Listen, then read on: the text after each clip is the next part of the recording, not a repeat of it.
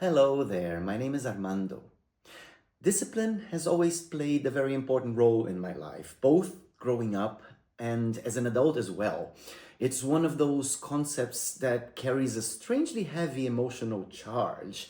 We admire disciplined people, we aspire to be more disciplined ourselves, and when we feel inconsistent, the explanation we often reach for is deeply personal. We think things like, I lack discipline, I need more willpower, I should be stronger even. And for a very long time, I kind of accepted this framing without much question. Discipline seemed like a purely internal resource, something generated by character, by personality, or determination. But lived experience slowly introduced doubt into that assumption because discipline did not feel the same across different phases of my life. There were periods where maintaining structure felt almost effortless. The routines held, decisions required little negotiation, and consistency emerged with surprising ease. And there were other periods where even simple commitments felt heavier than they logically should. At first, I kind of interpreted this as a fluctuation in motivation or mental strength, even. No. Only later did I begin noticing something far less dramatic, yet far more useful. The surrounding conditions were different: sleep quality, cognitive load, emotional stress, work intensity, background uncertainty. So, invisible variables that rarely receive attention when we talk about discipline, yet profoundly shape how behavior feels. Under supportive conditions, discipline does not feel like force, it feels like flow. Under strained conditions, the same behaviors can feel disproportionately demanding.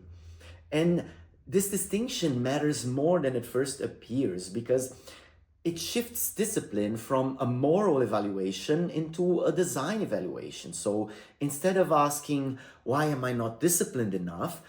A more constructive question could maybe be, what is making disciplined behavior difficult for me right now? That question produces entirely different insights. Sometimes the friction is not psychological resistance, but exhaustion. Sometimes it's not lack of character, but overload. Sometimes it's not weakness, but miscalibration of expectations. In my experience, we often expect stable output from unstable systems. Human energy, attention, and self regulation are inherently variable, so treating them as constant inevitably generates unnecessary tension. What I gradually found helpful was a gentler reinterpretation of discipline, not as rigid control, but as intelligent readaptation.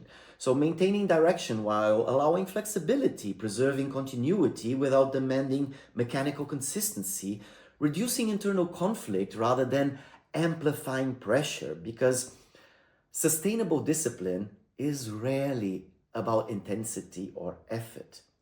It's about compatibility with reality, our reality, and reality is dynamic. Something to consider. And as always, I would love to hear whether that resonates with your life experience.